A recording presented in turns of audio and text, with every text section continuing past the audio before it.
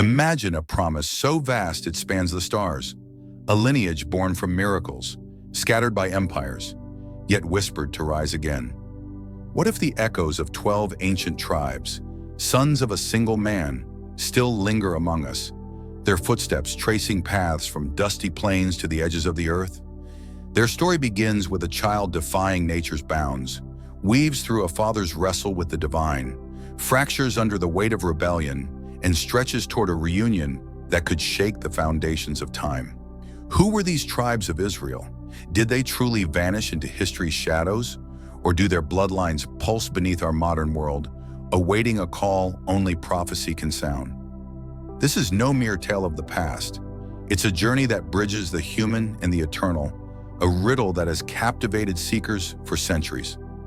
From the sands of Canaan to the visions of the end, the 12 tribes carry a saga of faith, failure, and an unshakable vow. Are you ready to uncover their secrets, to peel back the layers of a mystery that might touch your own soul? Before we step into this epic odyssey, please take a moment to like this video and hit that subscribe button. Join us as we unravel the wonders of God's Word, and don't forget to ring the bell so you never miss a chapter of this incredible story. In the sun-scorched wilderness where Abraham roamed, hope was a fragile ember cradled against the winds of time. He was a century old, his body bent under the weight of years, his dreams of fatherhood faded to whispers. Beside him stood Sarah, 90 winters etched into her frame, her laughter long silenced by a womb that refused to bear life. Yet into this desolation came a voice, steady, eternal, promising a son named Isaac. Genesis records this pledge. Sarah, your wife, shall bear you a son, and you shall call his name Isaac. I will establish my covenant with him. It was a vow that defied the laws of flesh. A spark struck in the dark. When Isaac's cries pierced the stillness, that spark blazed into a miracle. Sarah, her hands trembling with awe, held a child born not of nature, but of divine will. The moment was steeped in wonder. God had asked, "Is anything too hard for the Lord?" and answered with a life that shattered doubt. Isaac, meaning laughter, carried the echoes of Sarah's once mocking chuckle turned to joy, a sound that rang through the tents as proof of an unshakable promise. This was no mere birth. It was the dawn of a nation, the first note in a song that would span generations. This miracle bore a weight beyond its tender beginning. God had drawn Abraham under a star-strewn sky, saying, "Look toward heaven and count the stars if you are able. So shall your descendants be." Isaac was the seed of that vision, the fragile root of a tree destined to branch into a mighty people. The covenant took shape in his small form, a great nation, a name revered, a blessing to all the earth. Each breath he took was a testament to a power that bent time, a reminder that what seemed impossible to mortals was but a whisper to the divine. But the covenant demanded more than marvel. It required a heart laid bare. Years later, Abraham climbed a rugged slope, Isaac at his side, the air thick with unspoken dread. God's command rang in his ears. Offer this son, this only son, as a sacrifice. The wood was stacked, the knife gleamed, and Abraham's soul tore between love and obedience. As the blade hovered, a voice broke through. "Do not lay your hand on the lad," and a ram rustled in the thicket, a substitute for the boy. In that anguished pause, the promise solidified. Isaac lived not just as a son spared, but as the vessel of a legacy yet to unfold. 12 tribes shimmering in the distance. The echoes of that hilltop lingered. Isaac's survival was no mere reprieve. It was a seal on God's fidelity. Abraham's faith, tested to the edge of breaking, emerged as the bedrock of a nation. Isaac became the quiet hinge between a solitary patriarch's dream and a people destined to bless the world. His life was a bridge, fragile yet unyielding, carrying the weight of a promise that would ripple through centuries, binding heaven to earth in a bond no mortal hand could sever. From Isaac's shadow stepped Jacob, a man forged in the fires of strife and grace. His story began before birth, in the restless womb of Rebekah, where two nations clashed. "Two peoples shall be separated from your body," God told her, "and the older shall serve the younger." Esau emerged first, red and wild, a hunter born to rule. But Jacob followed, his hand clutching Esau's heel, a silent claim to a destiny unwritten. This prophecy was no idle word. It was the unraveling of tradition, a divine reversal where the weaker would rise and the firstborn would bow. Jacob's path to that fate was a jagged one, marked by cunning and cost. One day as Esau staggered in from the hunt, famished and reckless, Jacob offered a trade, a bowl of steaming stew for the birthright. Esau, driven by hunger, surrendered his inheritance, a fleeting choice that shifted the course of history. Later, with Rebekah's whispered guidance, Jacob draped himself in goatskins, his voice trembling as he deceived blind Isaac. "May peoples serve you and nations bow down to you," Isaac intoned, his blessing falling on the younger son. Esau's roar of betrayal chased Jacob into the night, a fugitive with a stolen mantle. Exile stripped Jacob bare, yet it was there, under a vast and lonely sky, that his true calling unfurled. He rested his head on a stone, and sleep brought a vision, a ladder soaring to the heavens, angels ascending and descending, and above it, God's voice thundered, "I am the Lord, the God of Abraham and Isaac.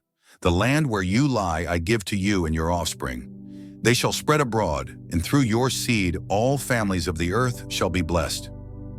The words sank into him, a lifeline amid his flight, a promise that his scattered steps were part of a greater design. That ladder was more than a dream. It was a revelation of purpose. Jacob, the heel grasper, awoke as a man marked by heaven. The angel's ceaseless motion mirrored the restless energy of his life.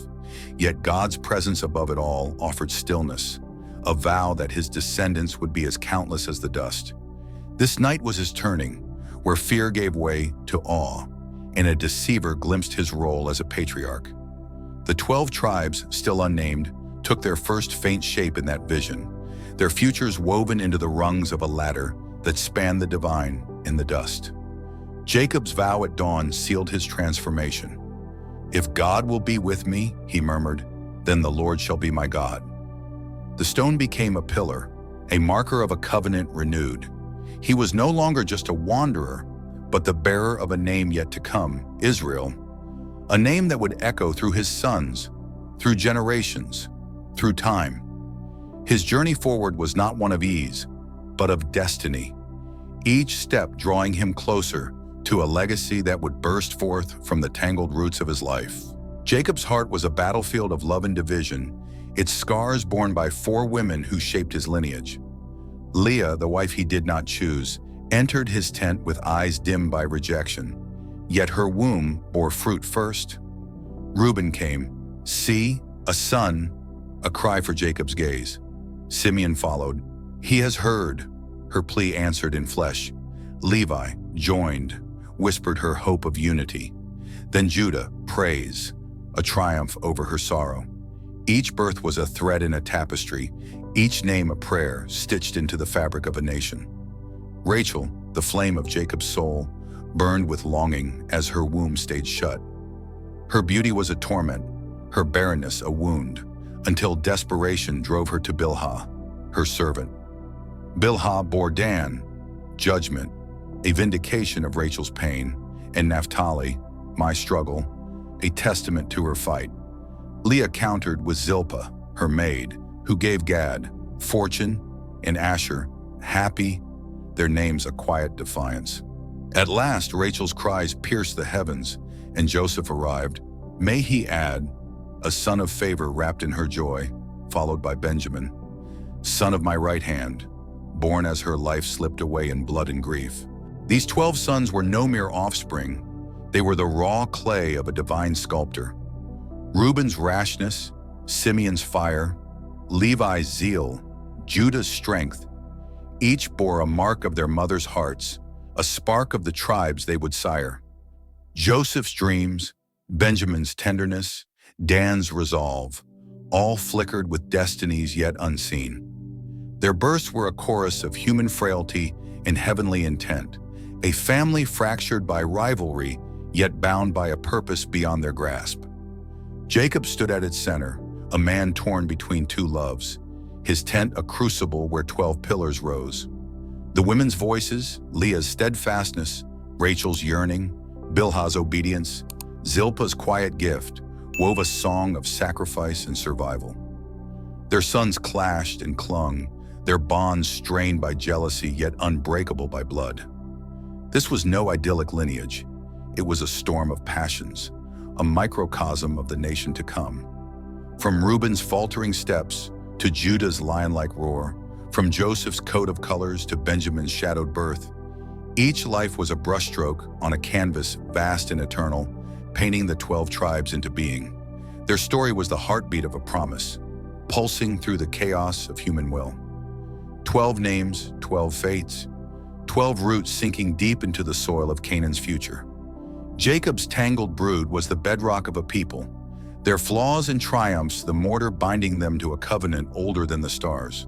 From this fractured family, a nation would rise, messy, mighty, and marked by a vow that no strife could unravel, no time could erase. The night was thick with shadows as Jacob stood alone by the Jabbok's rushing waters, his heart a tumult of fear and longing. Years of exile had carved lines into his face, each one a memory of deception and flight. Tomorrow he would face Esau, the brother whose birthright he'd stolen, whose rage had driven him from home. But tonight, a stranger emerged from the dark, a figure of sinew and mystery, neither man nor dream. They grappled, dust rising in clouds, until the dawn painted the sky. Jacob clung, breathless, demanding a blessing, and the stranger answered, "Your name shall no longer be Jacob, but Israel, for you have struggled with God and man, and prevailed." That wrestle was no mere brawl, it was a forging of soul. Jacob, the heel grasper, had spent his life seizing what was not his, a trickster shaped by cunning and survival. Now, limp and trembling, he shed that skin. Israel meant he who strives with God, a name heavy with purpose, a mantle of destiny. The struggle left him marked, a hip wrenched, a stride forever altered, but it birthed a new man. Genesis whispers of this dawn, a patriarch rising from the dust, no longer defined by his past but by a calling to father a nation of 12. This transformation was a hinge in time, a moment where the human met the divine in a clash of wills. The stranger, some say an angel, others God himself, mirrored Jacob's own restlessness, his refusal to yield. It was as if the heavens wrestled to refine him, to burn away the dross of deceit and leave only the gold of faith. Israel emerged not triumphant in strength, but in surrender, his tenacity a bridge to a promise renewed. 12 tribes waited in the wings of that night, their origins tied to a man who dared to demand a blessing from the infinite. The riverbank became sacred ground, a silent witness to a shift that echoed beyond Jacob's lifetime. His new name was a prophecy, a vow that his sons would inherit not just land, but a legacy of striving, of wrestling with their own flaws, their own fates under God's unyielding gaze. Israel was born in the tension of that embrace, a father whose very identity foreshadowed a people destined to grapple with their purpose, their God, their place in a world vast and wild. Years later, Jacob's eyes dimmed with age, his body frail but his spirit ablaze with vision.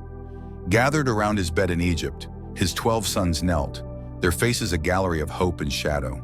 These were no ordinary farewells. His words, recorded in Genesis 49, were oracles, each syllable dripping with the weight of futures unseen. To Reuben, his firstborn, he spoke of lost glory. "You are my might, the first fruits of my strength, excelling in honor, yet unstable as water, you shall not lead, for you defiled my couch." Reuben's reckless act with Bilhah had severed his birthright, a wound that bled into his tribe's fading star. Simeon and Levi stood next, their hands stained by the blood of Shechem's men, a vengeance for their sister Dinah's dishonor. "Their swords are weapons of violence," Jacob intoned. "Cursed be their fierce anger. I will scatter them in Israel." Simeon's descendants dwindled, their fire dimming in obscurity, but Levi's tale turned. Centuries later at Sinai, his kin stood with Moses against the golden calf, their zeal redeemed as priests of the Most High. Violence became service, a scattering transformed into a sacred diaspora among the tribes. Judah's blessing roared with majesty. "You are a lion's cub," Jacob declared. "The scepter shall not depart from you until Shiloh comes, and to him shall be the obedience of peoples." From Judah's line sprang kings, David, Solomon, and in time a Messiah whose reign would stretch beyond Israel's borders. This was no mere prediction, it was a crown bestowed, a lineage anointed to lead and redeem. Judah's tribe would pulse at the heart of a nation, its strength a beacon through ages of triumph and trial. Joseph, the son of Jacob's deepest love, received a blessing lush with promise. "A fruitful bough by a spring," Jacob sang, "his branches run over the wall." Archers grieved him, yet his bow remained strong by the mighty one of Jacob. Joseph's trials, sold into slavery, raised to Egypt's heights, mirrored his tribe's fertile vigor through Ephraim and Manasseh, adopted as Jacob's own. Their lands would teem with abundance, their numbers swelling in the north, a double portion reflecting a father's favor, unbroken by betrayal. The others stood in turn, each marked by Jacob's piercing sight. Issachar, a strong donkey, bore burdens with quiet wisdom, his tribe a steady hand in Israel's story. Zebulun, by the sea, would harbor ships and wealth, a gateway to the world. Gad, raided yet raiding back, forged warriors of grit. Asher's fields flowed with oil, a gift of peace. Naphtali, a doe set free, danced with grace and courage. Dan, a serpent by the road, promised justice tinged with cunning, while Benjamin, a ravenous wolf, bore a fierce valor. These words were seeds sown into the soil of time, sprouting into tribes distinct yet intertwined. The desert years faded as Joshua, Moses' heir, led a weary people to Canaan's edge. Before them lay the land God had sworn to Abraham, a sweep of hills and rivers, a promise now within reach. The book of Joshua unfurls this moment, a meticulous carving of earth among 12 tribes, each boundary a stroke of divine intent. Reuben, Gad, and half of Manasseh claimed the east beyond Jordan, their cattle grazing wide plains, a choice born of pragmatism yet blessed by God's nod. The rest crossed the river, lots cast under heaven's watch, faith guiding the dice. Judah's portion sprawled in the south, rugged and vast, a cradle for kings and a seedbed for the Messiah's line. Ephraim and Manasseh stretched across fertile heartlands, their double inheritance a mirror of Joseph's favor, their hills alive with promise. Zebulun hugged the coast, its ports buzzing with trade, while Issachar nestled in valleys of toil and insight. Gad guarded the east, Asher's olive groves shimmered in the west, Naphtali gleamed by Galilee's waters, and Dan roamed the fringes, restless and bold. Benjamin's highlands stood near Judah, fierce and loyal, each tribe a thread in a living tapestry. Levi alone stood apart, their inheritance not land but God himself. Deuteronomy whispers their charge. They shall have no portion among their brothers. The Lord is their heritage. Scattered in cities across the tribes, 48 sanctuaries with pasture lands, they bore the ark, taught the law, lit the incense. Their presence wove holiness into the nation's sinews, a reminder that this land was no mere prize, but a sacred trust. The priests' voices rose in every corner, binding 12 into one under God's gaze. This division was more than a map. It was a covenant etched in soil. Joshua 13 recounts God's command. "Divide this land as an inheritance, for I have sworn it to their fathers." Each tribe's territory pulsed with meaning, Judah's hills echoing royal destiny, Ephraim's fields whispering abundance, Levi's cities chanting sanctity. The land was a vow made flesh, a space where a people could root their faith, their lives, their dreams. Yet it came with a call to live justly, to honor the one who gave it, a call they would struggle to heed as time unfurled. The casting of lots was no game of chance. It was a dance of providence. Each border, each riverbank, each peak bore the fingerprints of a plan older than the patriarchs. The tribes settled, their tents giving way to towns, their songs blending with the wind. This was the moment when promises spoken to Abraham under starry skies, to Isaac on a trembling altar, to Jacob by a heavenly ladder, became stone and stream, a nation forged, 12 branches spreading under a covenant that would bend but never break. The golden age of Israel shimmered briefly under Solomon's reign, a time when cedar halls gleamed and the temple's smoke rose to the skies. But when his eyes closed in death, the unity he'd woven unraveled like thread pulled from a tapestry. His son Rehoboam ascended, his ears deaf to the people's cries for relief from heavy burdens. "My father chastised you with whips," he boasted, "but I will scourge you with scorpions." The tribes recoiled, 10 of the 12 turning north under Jeroboam's banner, splitting the kingdom into Israel and Judah, a fracture foretold by a prophet's torn cloak. In the north, Israel's 10 tribes, Reuben, Simeon, Levi's remnants, Dan, Naphtali, Gad, Asher, Issachar, Zebulun, and Joseph's heirs, forged a new path, their altars rising in Bethel and Dan. Golden calves gleamed there, idols born of fear that Jerusalem's pull would reclaim their loyalty. The south held Judah and Benjamin, tethered to the temple, David's line their anchor. This schism was no mere rift. It was a wound that bled pride and defiance, each kingdom glaring across borders once invisible, their songs of one people silenced by drums of division. The air grew heavy with omens as the north spiraled into rebellion. Kings rose and fell like leaves in a storm, Jeroboam, Nadab, Baasha, each steering further from the covenant's light. Prophets like Elijah thundered warnings, their voices drowned by the clink of offerings to Baal. The south too faltered, though Judah's lamp flickered longer, sustained by rare kings who bent to God's will.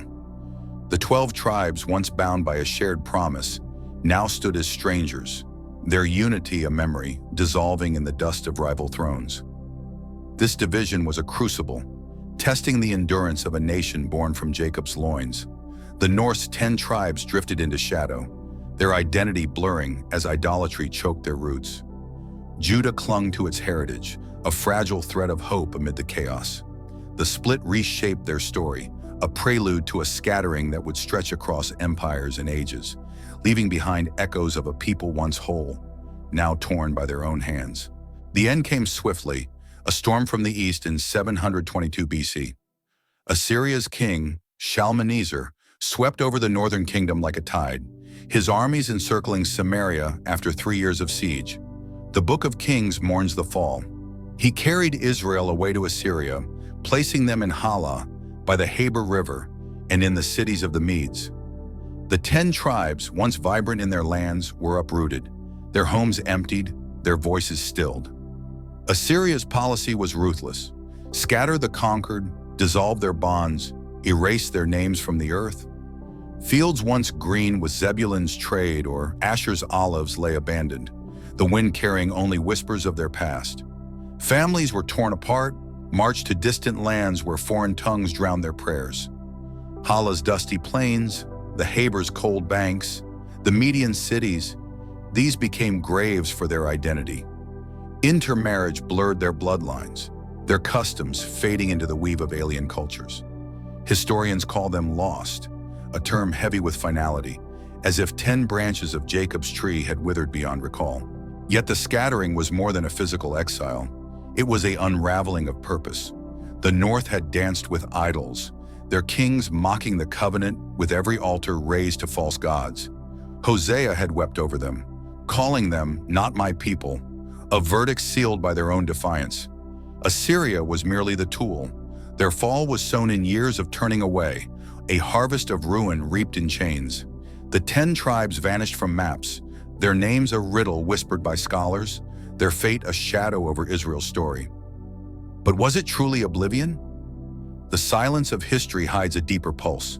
Some fled south before the siege, their sandals tracing paths to Judah's hills. Others in exile clung to fragments of their past, Sabbath fires, murmured psalms, seeds buried in foreign soil. The lost label clings, yet it belies a resilience, a thread of survival woven into the margins of empires, waiting for a voice to call them home. Judah stood as a battered sentinel in the south, its walls cradling the temple, its kings, some faithful, most frail, bearing David's blood. Benjamin flanked it, a fierce little brother, their lands interwoven like roots beneath Jerusalem's stones. When Babylon's hammer fell in 586 BC, They too were exiled, yet their story diverged from the North's. Returned by Cyrus's decree, they rebuilt, their identity scarred but intact. Judah birthed the Jewish soul, its lineage threading through centuries to a manger in Bethlehem, where a Lion of Judah roared anew. These tribes were no mere survivors. They were a crucible of promise.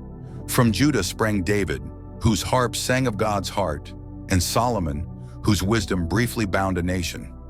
Later, a greater king emerged, Jesus, the Shiloh of Jacob's prophecy, whose cross bridged heaven and earth.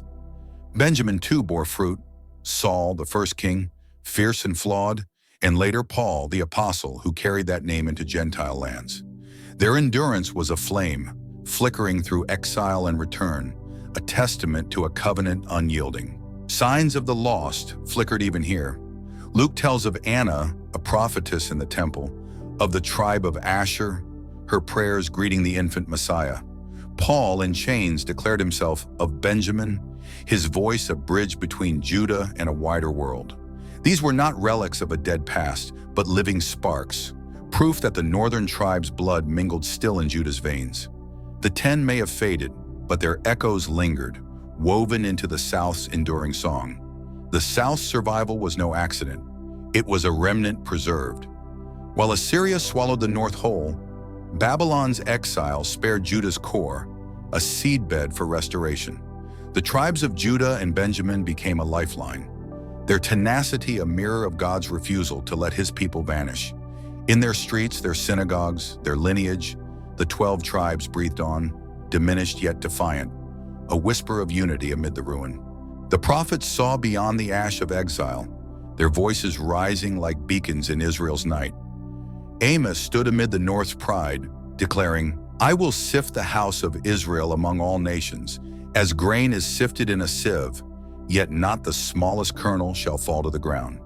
This was no curse but a vow, scattered, yes, but not lost.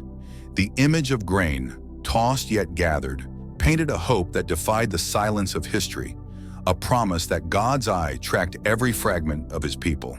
Hosea, tender and torn, sang of reversal. In the place where it was said, "You are not my people," it shall be said, "You are sons of the living God." Judah and Israel shall be gathered together. His words danced with reunion, a day when the North's 10 and the South's 2 would stand as one, their division healed under a single banner. The prophet's own life, a marriage to brokenness, mirrored Israel's stray heart, yet his hope pointed to a love that would not let go, a restoration shimmering on the horizon. These oracles were lanterns in the dark, illuminating a scattering with purpose. Ezekiel would later echo this, his bones rattling with visions of resurrection. But here, in Amos and Hosea, the seeds were sown. The 10 tribes flung to Assyria's winds were not erased. They were sifted, preserved, their essence held in divine hands. The prophets saw a thread unbroken, a people dispersed yet destined to rise. Their identity a mystery to men, but a certainty to God. The exile, then, was no final word, but a chapter in a longer tale.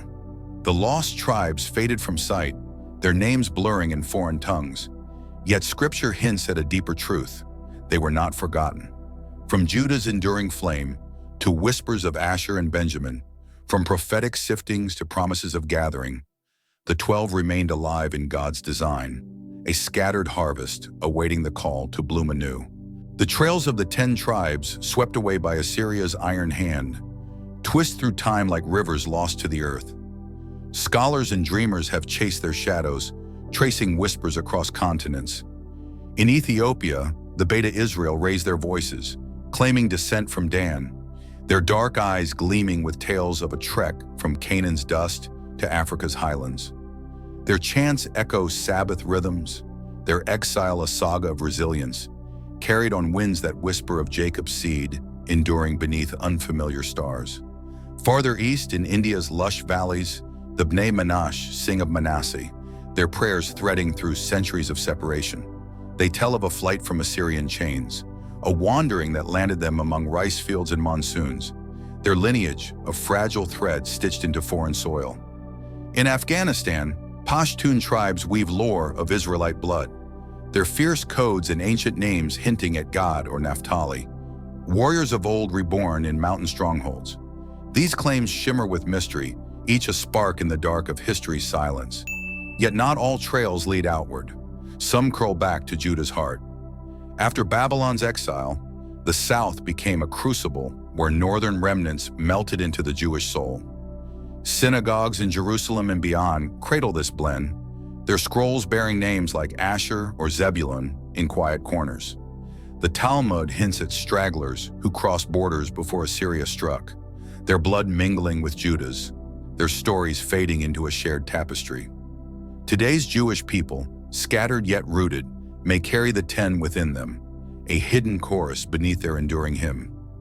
These theories are lanterns swung over a vast unknown, each flicker a question. Where did the tribes land? From Ethiopia's highlands to India's rivers, from Afghan peaks to Judah's streets, their descendants might walk unmarked, their faces a gallery of the past. History offers no map, only echoes. Yet these echoes pulse with life, suggesting the 12 never truly vanished, but scattered like seeds, waiting for a season to sprout, their roots deeper than empires could uproot. Ezekiel stood among exiles, his voice a trumpet through Babylon's gloom. "Thus says the Lord God," he cried, "I will take the children of Israel from among the nations, wherever they have gone, and gather them from every side into their own land. They shall be one nation on the mountains of Israel, and one king shall rule them all." This was no mere hope. It was a vision of fractured tribes reborn, the 10 of the north and the 2 of the south fused under a single crown, their division a scar healed by divine hands.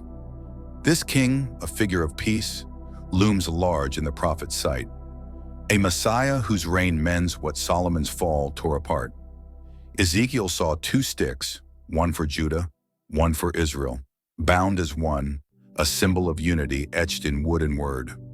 The mountains of Israel, once bloodied by strife, would bloom again, their slopes a cradle for a people no longer estranged.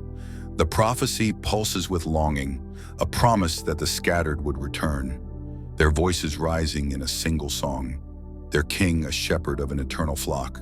Isaiah too sang of this dawn, his words a banner unfurled.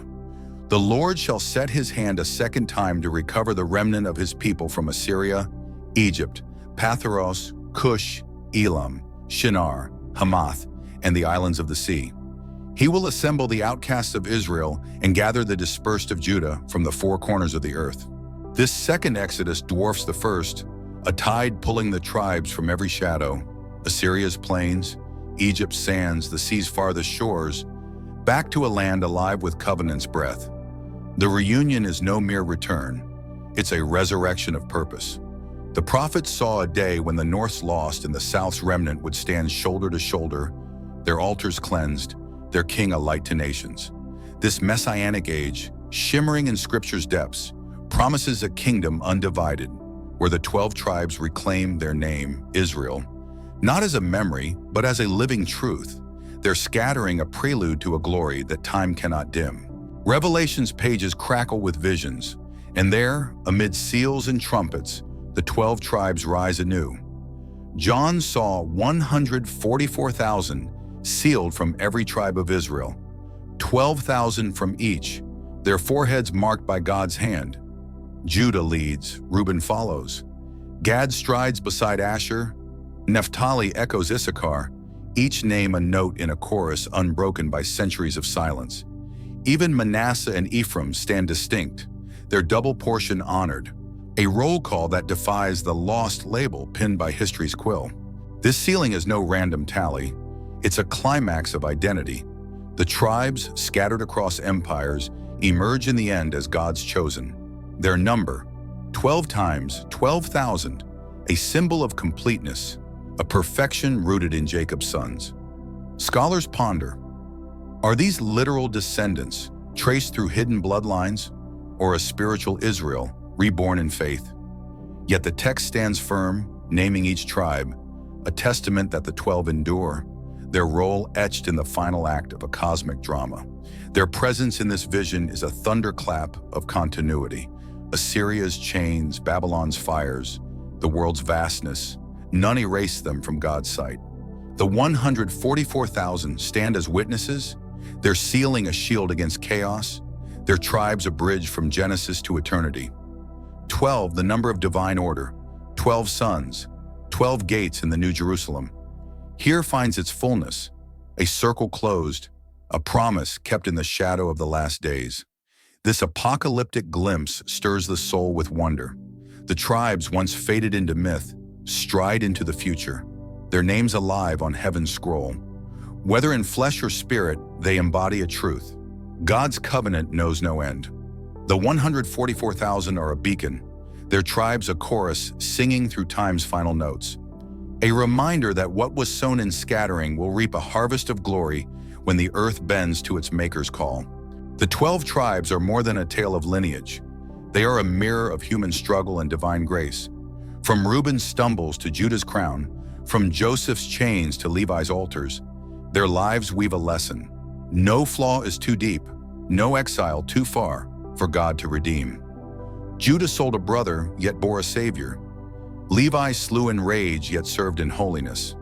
Their story whispers that brokenness is not the end, but a canvas for a promise that turns ashes into light, a hope that lifts the fallen into eternity. Their scattering teaches endurance, their prophecies faith. Assyria's tide could not drown them, nor Babylon's walls entomb them. The covenant held a thread through time's chaos. Hosea's reunion, Ezekiel's sticks, John's sealed ones, all sing of a God who gathers what the world casts away. For every soul lost in doubt, the tribes offer a truth. You are seen, you are known, your place in the greater plan unshaken by the storms that rage around you. The number 12 ripples through Scripture.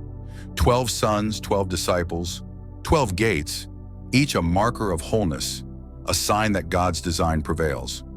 The tribe's journey, from Canaan's hills to exile's edge, from silence to revelation's roar, is a call to look beyond the now. Their legacy asks, what do you wrestle for, as Jacob did? What do you sow, as they did in faith and failure? Their story is ours, an invitation to trust a covenant that bends but never breaks, a love that seeks the lost to the ends of the earth. In their echoes, a final chord resounds. Restoration is coming. The tribes, scattered yet held, point to a day when all fragments unite, north and south, past and present, human and divine. Their tale is a flame against the dark, a vow that every step, every tear, every hope aligns with a plan vast and tender. The 12 tribes stand as sentinels of that truth, their voices a song of redemption, calling through time to a world awaiting its dawn. The 12 tribes of Israel, a thread woven through miracles, struggles, exile, and hope, stand as more than a relic of history. From Isaac's impossible birth to Jacob's transformative night, from the scattering of 10 into silence, to the promise of a reunion under one king, their journey sings of a covenant that no empire, no time, can break. They teach us that God's promises endure, that even in our wanderings we are seen, gathered, redeemed. Whether their descendants walk Ethiopia's hills, India's valleys, or the streets of Jerusalem, their story whispers a truth. What is sown in faith will bloom in eternity, a nation restored, a people made whole. What do you see in their stories? Does it make you wonder where your roots lie, or how your struggles might fit into a larger scheme? Share your thoughts below. Could the legacy of the tribes resonate in your life today? If this journey has touched you, please like this video, share it with fellow truth seekers, and subscribe to the channel and turn on the bell to stay informed of the latest chapters of God's unfolding story. Thank you for walking this path with us. May you be blessed with wisdom and peace as we continue to explore the wonders of His Word together.